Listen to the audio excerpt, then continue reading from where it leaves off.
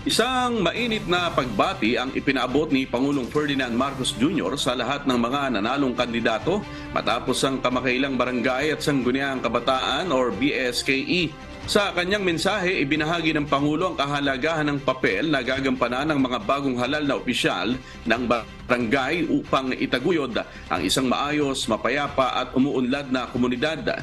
Binigyan din niya na ang barangay ay sentro ng pamahalaan kung saan nagmumula ang mga serbisyong kinakailangan ng mga mamamayan. Naniniwala si PBBM na sa pamamagitan ng pagkakaisa at kolektibong pagsisikap ng mga bagong opisyal ng barangay, magkakaroon ng malawakang ambag sa pag-unlad ng bansa at sa pagtataguyod ng mga layunin ng isang bagong Pilipinas. Bukod dito, nagpahayag rin ng pasasalamat ang Pangulo sa naging magandang takbo ng eleksyon kung saan naging maayos at mapayapa ang buong proseso.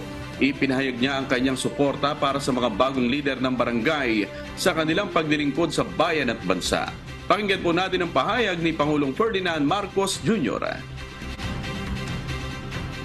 Napakahalaga po ng inyong papel sa ating lipunan. Isang panibagong pagkakataon na naman po ito upang makapagserbisyo sa mga Pilipino at sa ating bayan ng buong puso at higit pa sa abot ng ating makakaya.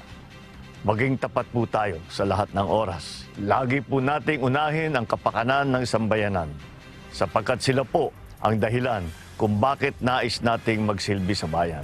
Mabuhay ang mga bagong opisyal ng barangay. Mabuhay ang ating mga kabataan ng sangguniang kabataan. Mabuhay ang bagong Pilipinas.